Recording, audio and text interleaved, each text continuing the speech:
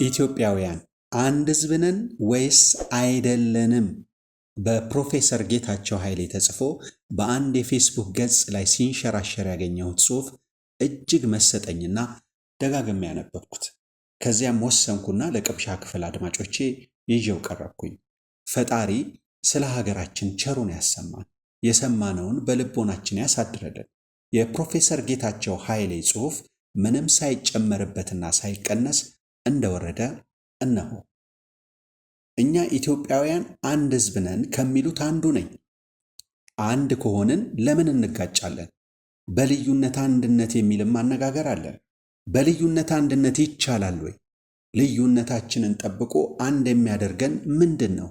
ያንን አንድ የሚያደርገንን ሁላችንም ካልተቀበልነው አንድነትን ምንም ያህል ብንሰብከው እንደ ማግኔት አሉታ ተቃርነን እንኖራለን እንጂ አንቀራረብም። ባልና ሚስት የተለያዩ ናቸው። እሱ ወንድ ነው፣ እሷ ሴት ናት።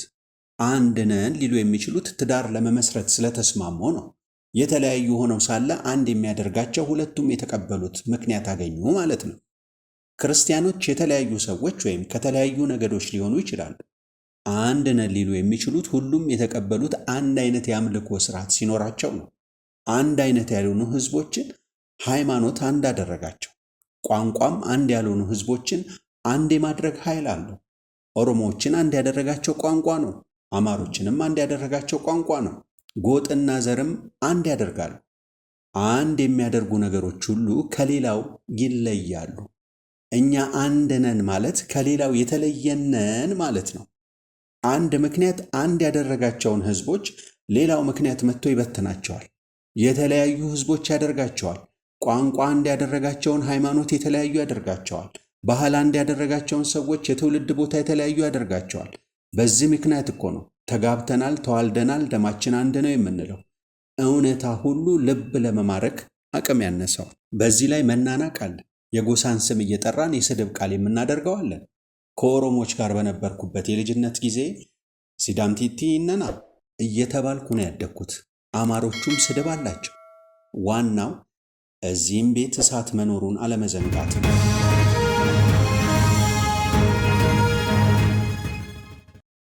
ኢትዮጵያዊ ስነ ጽሑፍ የዳበረው ኢትዮጵያዊ መንግስት የተቋቋመው ኦሮሞዎች መሃል ኢትዮጵያን ከመውረሳቸው በፊት ከወደ ሰሜን በኩል ስለሆነ ይህ ታሪክም እንደ ሃይማኖትና እንደ ቋንቋ በሰሜኖች እና በኦሮሞዎች መካከል ከሁሉም የከፋ ልዩነት ፈጥሯል።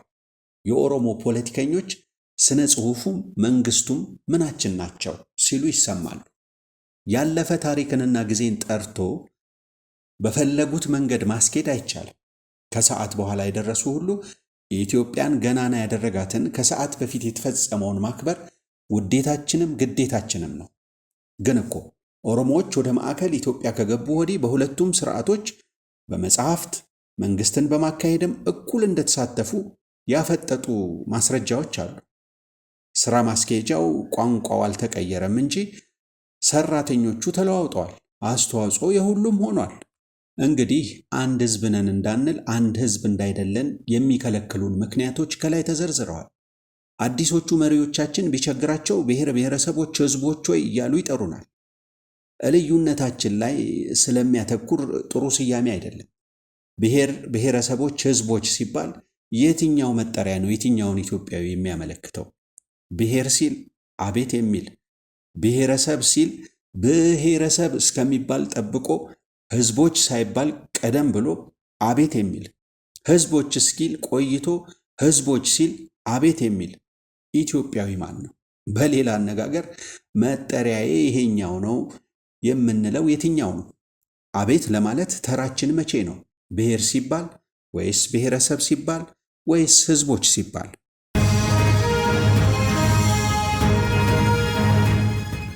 ሰፍረን የተገኘንበትን ቦታ ለሁላችንም ሳይሰጡን ለሁላችሁም ሰጥተናችኋል ብለው ትንንሾችን የትልልቆች ሰለባ አደረጓቸው። ብዙዎቻችን የአማራ፣ የትግራይ፣ የኦሮሞዎች ጥገኞች አደረጉን። ይህ መፍትሄ ሌላ አገሮች ተሞክሮ አልሰራም። እዚህም ሳይሰራ እያየነው ነው። የህዝብ አገልጋዮች በሚሾሙበት ጊዜ ስልጣንን በጎሳ ማከፋፈል መጥቷል። እርግጥ የክልልን ስርዓት የወደዱት አሉ። እነሱ በውስጣቸው የሚኖሩ አናሳ ጎሳዎች መብት ቢጣስ ባይጣስ ግድ የሌላቸው ትልልቆች ግን ኋላ ቀር ነገዶች ናቸው። ኋላ ቀር ማለቴ ትልቅ ሆኖ እንደ ትልቅ ለማሰብ አለመውደዱን ነው። የአንድ አገር ህዝቦች ሆነን መኖር በግድም በውድም ከወሰንን የአንድ አገር ህዝብ የሚያደርጉንን ምክንያቶች ፈልገን መኮትኮት ይኖርብናል። አለባብሰን አንረስ። እንደማየው በባህል በዘር አንድ ነን ማለቱ ብቻውን አላዋጣንም። ምክንያቱም በባህል በዘር አንድ አይደለንም። በባህል ረገድ ሶማሌዎች ከሌሎቹ ኢትዮጵያውያን ይልቅ ለእነዚያኞቹ ሶማሌዎች ይቀርባሉ። ጉምዞችና ጋምቤላዎች ከትግሬዎች ይልቅ ለደቡብ ሱዳን የበለጠ ይቀርባሉ።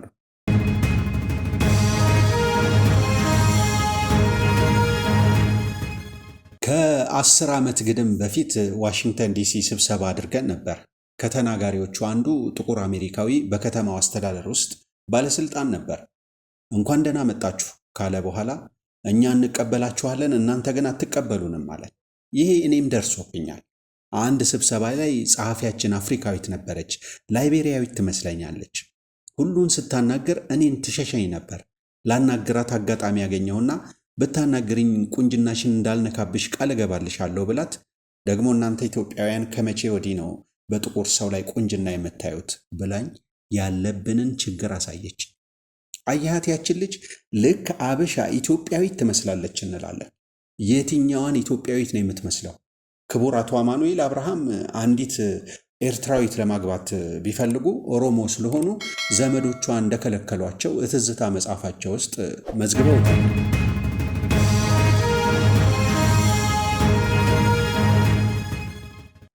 በአንድ ህዝብነት አብሮ መኖር ግዴታችን ሆኗል። ግዴታችን ከሆነ ግዴታችንን በሰላም የምንወጣውና በደስታ የምንኖረው ስንከባበርና አንዱ የሌላውን ችግር ሲገነዘብ ተገንዝቦም አብረን በሰላም እንዳንኖር ላደረገን ችግር አብረን መፍትሄ ስንፈልግ ብቻ ነው። የምሬ ነው የምላችሁ። እንደ መናቅ የሚያስቆጣ ነገር የለም። ከልጅነት ብሽሽቅ ወይም መሰዳደብ ሲያልፍ ክብር ይነካል። መናቅ እንኳን ህዝብን አንድን ሰውም ቢሆን ያስቆጣል። ሊታገሱት የማይገባ ምላሽ ነው። ወያኔዎችን ከምንጠላበት ምክንያቶች አንዱ ሁለተኛ ደረጃ ዜጋ ሊያደርጉን ሲሞክሩ በማየታችን እንደሆነ አንረሳም። ንቀት ኃጢአት ነው፣ እግዚአብሔርን ያስቆጣል። ክርስቲያን የሆነ ሌላውን ከናቀ ንስሐ መግባት አለበት። ሙስሊሙም እንዲሁ። ወንድሙን ደንቆሮ የሚል ሁሉ የገሃነም እሳት ፍርድ ይገባዋል ይላል ቅዱስ መጽሐፍ። ሌላውን የሚንቅ ራሱን የናቀ የሰላም ጠላት ርኩስ ሰው ነው።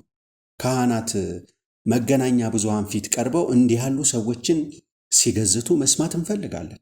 ሆኖም አንዱ በናቀ በነገዱ መቀየም ስተት ነው። አሜሪካን ሀገር ለጥቁሮች መከበር ብዙ ነጮች መስዋዕት ሆነዋል።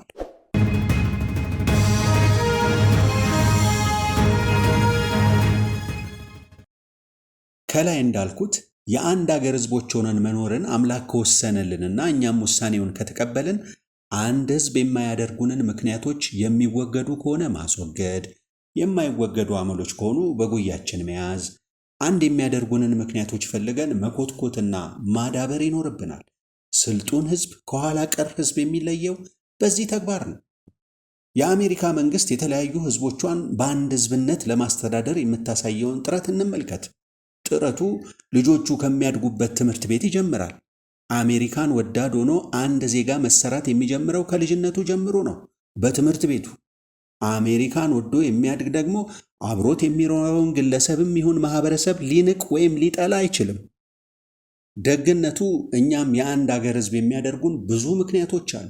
የተፈጥሮ መኖሪያችን በኢትዮጵያ ምድር ላይ ከሆነ ሁላችንም እኩል ኢትዮጵያውያን ነን። የጋራ ሀገር አንድ ህዝብ ስለሚያደርግ ኢትዮጵያዊነት አንድ ህዝብ ያደርገናል። የሌላ ሀገር ዜጋ ካልሆነ ኢትዮጵያ ውስጥ የሚኖር ኢትዮጵያዊ አይደለውም ሊል አይችልም። ኢትዮጵያዊ አይደለውም ካለ ደግሞ አገሬ ነው ወደሚለው ሀገር መሄድ ወይም በሀገር አልባነት መመዝገብ ይኖርበታል። ሌላ ሰላማዊ አማራጭ የለውም።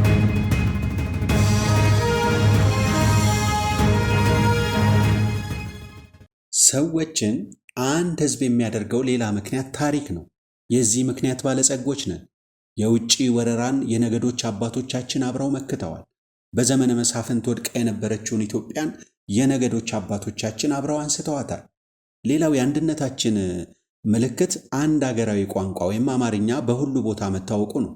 የመስፋፋቱን ታሪክ ትኩር ብለን ስንመለከት በዘመን ብዛት ቋንቋው ወደ ጎሳዎች፣ ጎሳዎች ወደ ቋንቋው መጥተው እንደተገናኙ እናያለን። ውጤቱ ሁለት አይነት ሆኗል።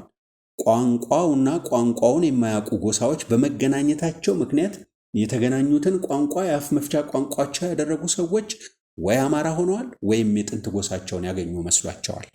በዚህ ሂደት አማራ የሆኑት የአማራውን ቁጥር አብዝተዋል። ዛሬ አማርኛ ተናጋሪ እንጂ አማራ የሚባል ዘር የለም የሚባለው ለዚህ ነው። ሌሎቹ የጎሳ ቋንቋቸውን ባያውቁም የዚያ ጎሳ ሰዎች መሆንን ይመርጣሉ። አሜሪካን አገር እንግሊዘኛ ብቻ እየተናገሩ አይሪሽ ነኝ፣ ጀርመን ነኝ፣ ጣሊያን ነኝ እንደሚሉት አሜሪካኖች ማለት ነው።